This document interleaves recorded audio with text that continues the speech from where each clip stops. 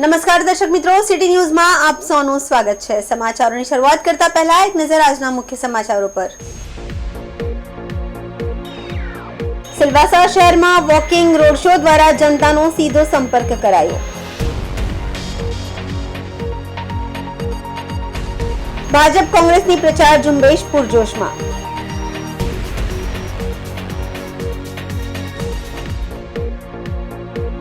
પૂર ઝડપે દોડતા ડમ્પરો ઓવરબ્રિજ તથા નદી નાળાના પુલોને જોખમી બનાવી રહ્યા છે।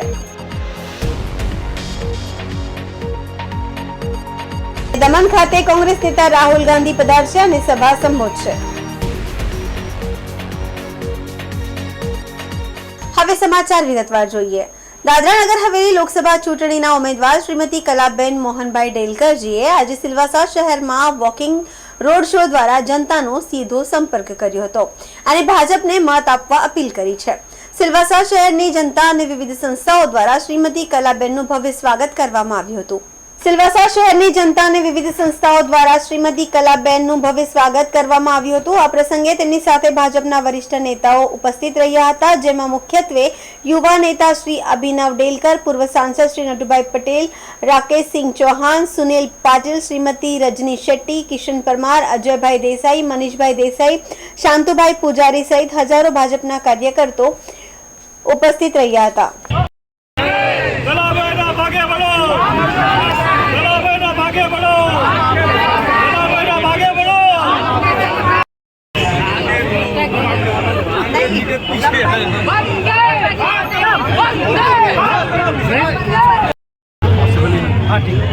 अरे गाड़ी में रखो गाड़ी इस्लाम हां गाड़ी व्यवस्था लेना पड़ता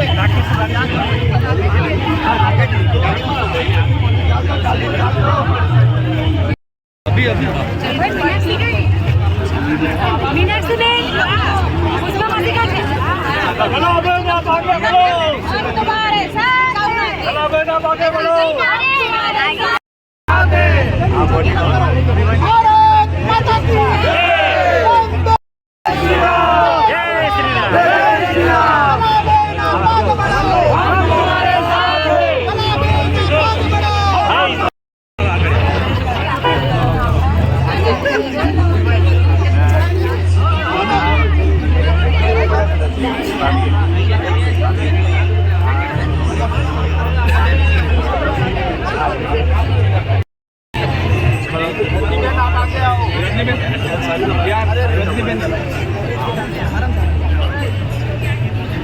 चलो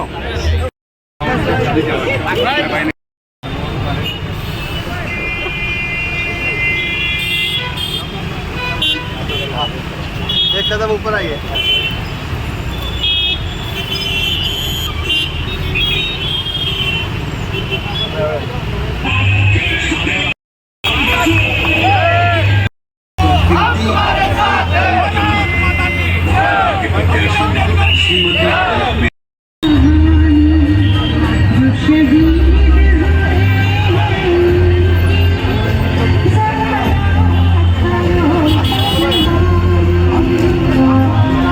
प्रदेश की समस्या एवं प्रदेश की सुरक्षा को लेकर आवाज उठाने वाले काबिल प्रत्याशी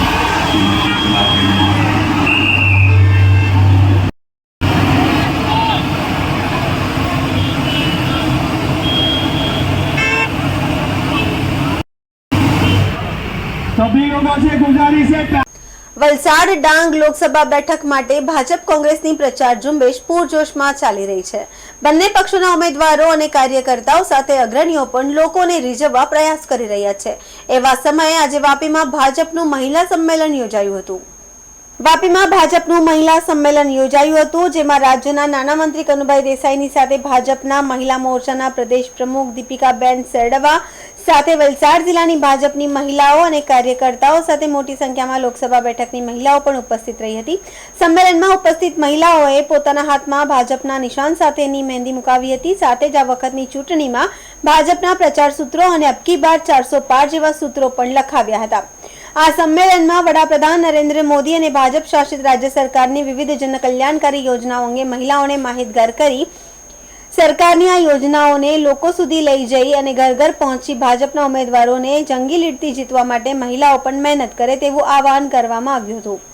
રાજ્યના નાના મંત્રી એ વખતે ચૂંટણીમાં મહિલા મોરચો પણ ચૂંટણી પ્રચારમાં લાગ્યો હોવાથી ભાજપના ઉમેદવાર નહીં ભવ્ય જીત સાથે થશે તેવો આશાવાદ વ્યક્ત કર્યો હતો. આ મહિલા સંમેલનમાં ઉપસ્થિત મહિલાઓને પોતાના હાથમાં ભાજપની મહેંદી મૂકી હતી. હાથમાં અબકી બાર 400 પારના સૂત્રો સાથે કમળના નિશાનની પણ મહેંદી મૂકી હતી. આમ ભાજપના મહિલા સંમેલનમાં મોટી સંખ્યામાં મહિલાઓએ ઉત્સાહભેર ભાગ લઈને ભાજપના નામની પોતાના હાથમાં મહેંદી મૂકી હતી. આ 2 દિવસમાં જે રીતે મેં બહેનોનો ઉત્સાહ જોયો છે અભૂતપૂર્વ છે અને આપણે સૌ ખાલી મત રખો.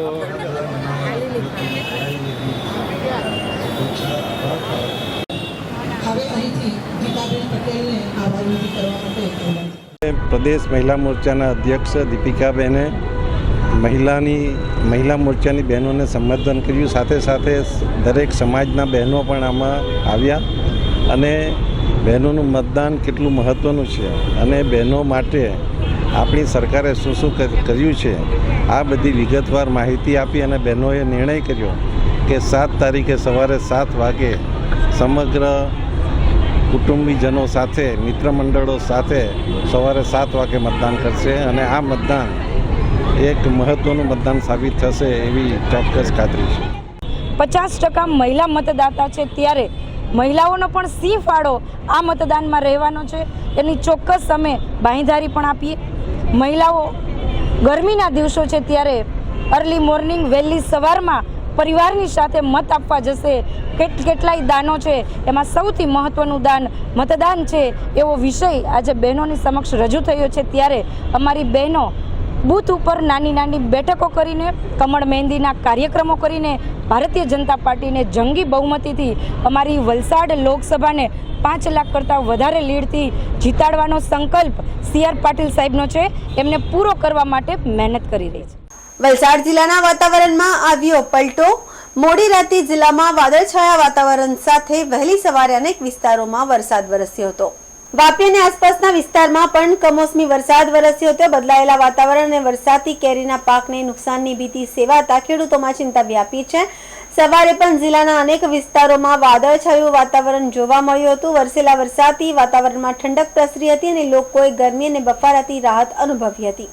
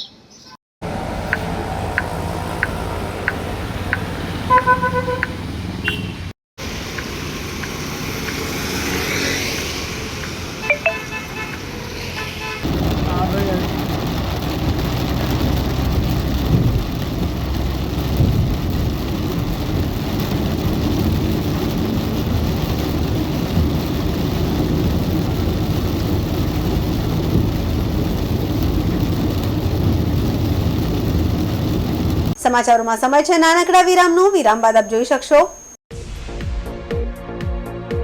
પૂર ઝડપે દોડતા ડમ્પરો ઓવરબ્રિજ તથા નદી નાળાના પુલોને જોખમી બનાવી રહ્યા છે. દમણ ખાતે કોંગ્રેસ નેતા રાહુલ ગાંધી પધારશે અને સભા સંબોધશે.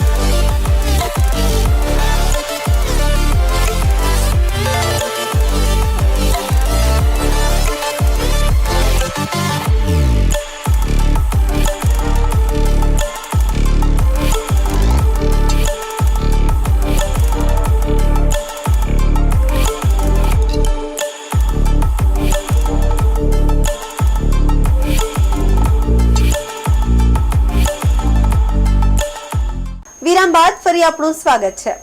ઉમરગામ તાલુકામાં ઓવરલોડ અને તે પણ પૂર ઝડપે દોડતા ડમ્પરો ઓવરબ્રિજ તથા નદી નાળાના પુલોને જોખમી બનાવી રહ્યા છે। 16 જુલાઈ 2018ના રોજ ભારતનું રાજપત્રમાં ministry of road transport and હાઈવેની નોટિફિકેશન પ્રસિદ્ધ થઈ હતી, જેનું કડક પાલન તંત્રની ઉદાસીનતાના કારણે થતું નથી। વલસાડ જિલ્લાના ઉમરગામ તાલુકાના દહેરી ગામ હાલમાં દરિયાકાંઠા સંરક્ષણ વોલની કામગીરી કરવામાં આવી છે। આ વોલ રોકથી બની રહી છે। સૂત્રો તરફથી જાણવા મળ્યું છે કે આ પથ્થરો મહારાષ્ટ્ર રાજ્યના તલાસરી તાલુકામાંથી આવી રહ્યા છે। હાલમાં તલાસરી તાલુકાના કેટલાક વિસ્તારોમાં Mumbai Ahmedabad high speed rail, bullet train તથા 8 લેન વડોદરા મુંબઈ એક્સપ્રેસ વેનું નિર્માણ થઈ રહ્યું છે, જેમાંથી મોટા માટી પથ્થરો વગેરે નીકળી રહ્યા છે। દહેરી વગેરે દરિયાકાંઠે ચાલતી સંરક્ષણ વોલની કામગીરીમાં હજારો ટન રોક વપરાઈ રહ્યા છે। સૂત્રોનું કહેવું છે કે મહારાષ્ટ્ર રાજ્યના તલાસરી તાલુકાના સાવરોલી નજીકના પહાડો ખોદાયા છે। આ પથ્થરો ત્યાંથી આવી રહ્યા હોવાની પણ ચર્ચા છે। જો કે તલાસરી તાલુકાના અન્ય વિસ્તારોમાં પણ ખોદકામ થઈ રહ્યું છે, ત્યાંથી પણ મોટા પાયે કપચી માટી પથ્થરો વગેરે ઉમરગામ તાલુકામાં આવી રહ્યા હોવાની ચર્ચા છે। ઉમરગામ તાલુકાના દરિયાઈ વિસ્તાર તરફ ચાલી રહેલ ગામમાં વપરાતા પથ્થર ઉમરગામ તથા સંજાણ રેલવે ઓવરબ્રિજ થઈને આવી રહ્યા છે। પથ્થર જ્યાંથી નીકળે છે અને જે જગ્યાએ આવે છે તે વચ્ચે નદી નાળાઓના પુલો પણ આવે છે। આ ડમ્પરો ઓવરલોડ તથા પૂર ઝડપે જાહેર માર્ગો પર દોડી રહ્યા છે, જેને અટકાવવા તંત્ર નિષ્ફળ નીવડ્યું છે। પૂર ઝડપે દોડતા ઓવરલોડ ડમ્પરોના લીધે રસ્તાઓ ખરાબ થઈ રહ્યા છે। વળી ઓવરલોડ પૂર ઝડપે દોડતા ડમ્પરોના લીધે ઓવરબ્રિજ નદી નાળાના પુલો વધુ પડતા જ વાઇબ્રેટ થઈ રહ્યા છે, જે ખૂબ જ જોખમી બાબત હોવાનું જાણવા મળે છે।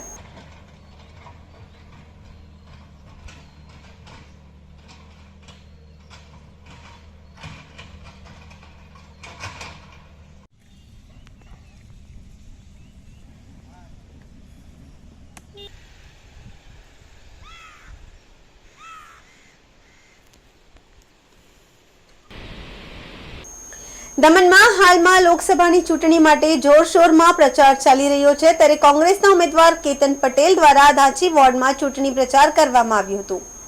કોંગ્રેસના સ્ટાર પ્રચારક તરીકે ભરૂચથી મુમતાજ અહેમદ પટેલે પણ હાજરી આપી હતી। મુમતાજ પટેલ કોંગ્રેસના અહેમદ પટેલની દીકરી છે, જેમને ધાંચી વોર્ડમાં આયોજિત કાર્યક્રમમાં લોકસભાના ઉમેદવાર કેતન પટેલ અને મુમતાજ અહેમદ પટેલ દ્વારા લોકોને કોંગ્રેસના કાર્ય અને ચૂંટણી ઢિંડોરા વિશે જણાવ્યું હતું। કાર્યક્રમમાં અનેક લોકો ઉપસ્થિત રહ્યા હતા।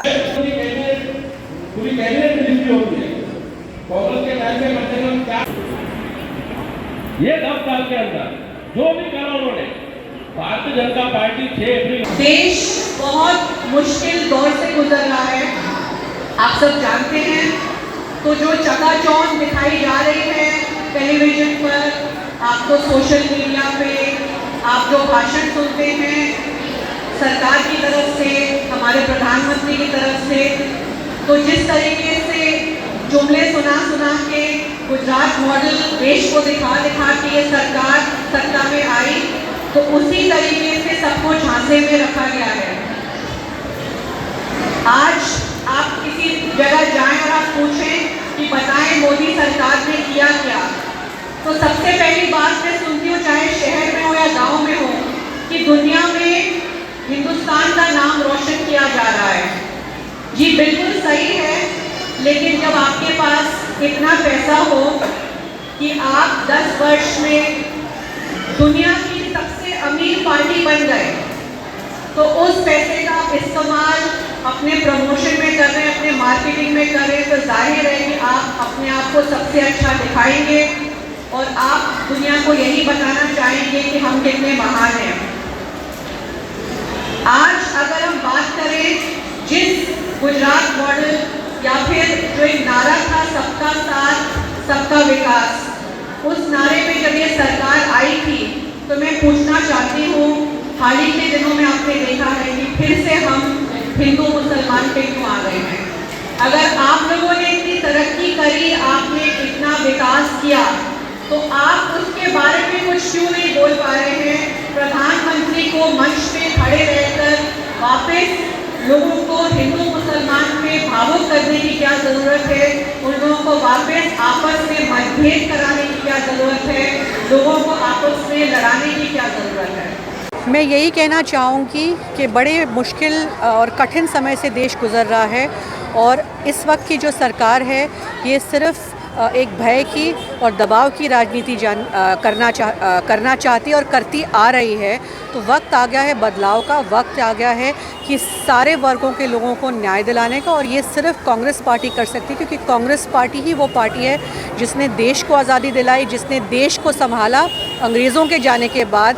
जो एक्सपीरियंस कांग्रेस पार्टी के पास है, जो विचारधारा कांग्रेस पार्टी की है, वो सबको साथ लेकर चलने की है। तो जैसा राहुल जी ने कहा, न्याय का हक मिलने तक, तो मैं यही कहना चाहूँगी कि हमारे केतन भाई हैं दमन और दीव से, भारी बहुमत से इन्हें जिताएं और इन्हें दिल्ली भेजें ताकि यहाँ के लोगों की वो आवाज़ ताकत से बन सके। इस बार सूरत की घटना को क्या कहेंगे? जिस हिसाब से सूरत की जो घटना हुई है, लोकसभा का जो खंडन हुआ है, उसमें आप क्या कहना चाहते हैं? तो यही तो है ना, ये लोकतंत्र के साथ एक मजाक किया जा रहा है। मैंने यही कहा था कि शायद एक एग्जाम्पल सेट कर रहे हैं। अगर ये एक बार निकल गई, अगली बार शायद 15 सीट पे करेंगे, और आप समझ सकते हैं कि 15-20 सीट पे अगर करने गए किस तरीके से वर्डिक्ट बदल सकता है।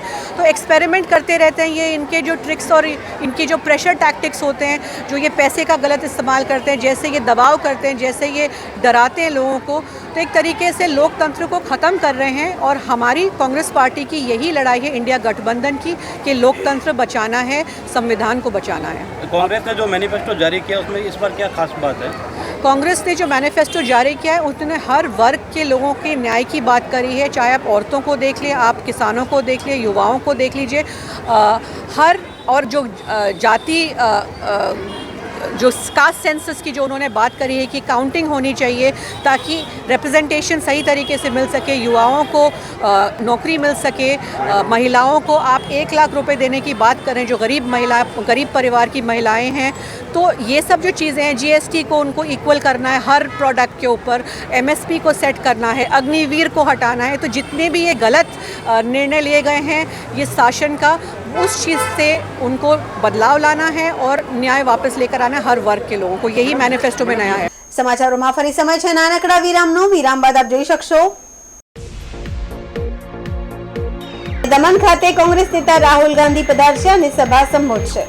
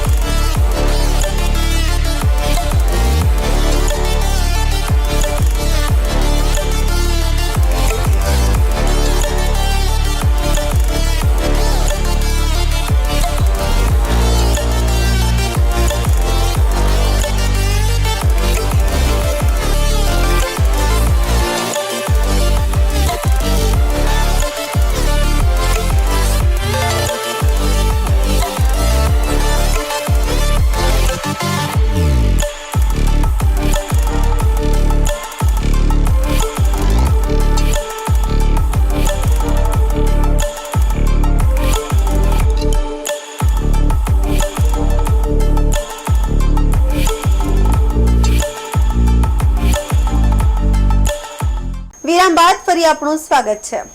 તારીખ 28ના રોજ સંઘ પ્રદેશ દમણ ખાતે કોંગ્રેસ નેતા રાહુલ ગાંધી પધારશે અને સભા સંબોધશે।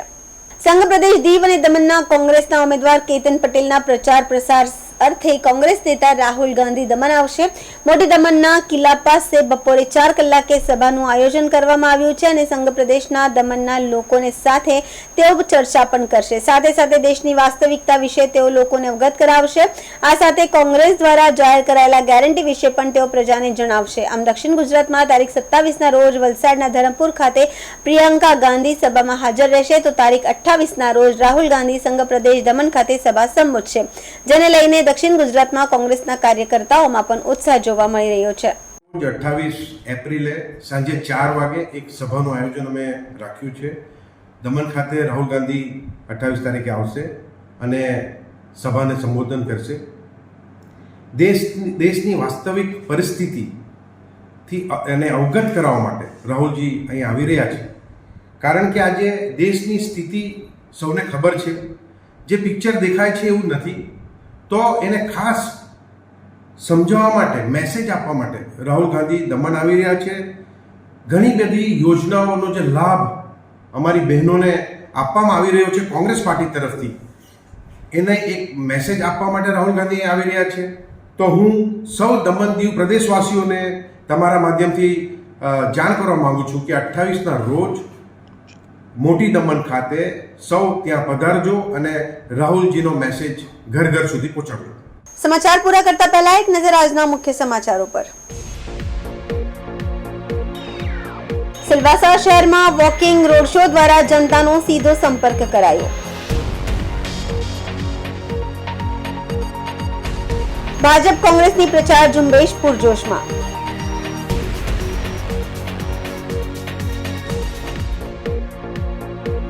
પૂર ઝડપે દોડતા ડમ્પરો ઓવરબ્રિજ તથા નદી નાળાના પુલોને જોખમી બનાવી રહ્યા છે।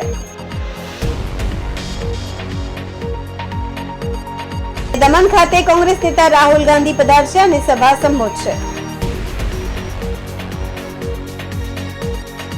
તો આ હતા અત્યાર સુધીના સમાચાર। જોતા રહો સિટી ન્યૂઝ। નમસ્કાર।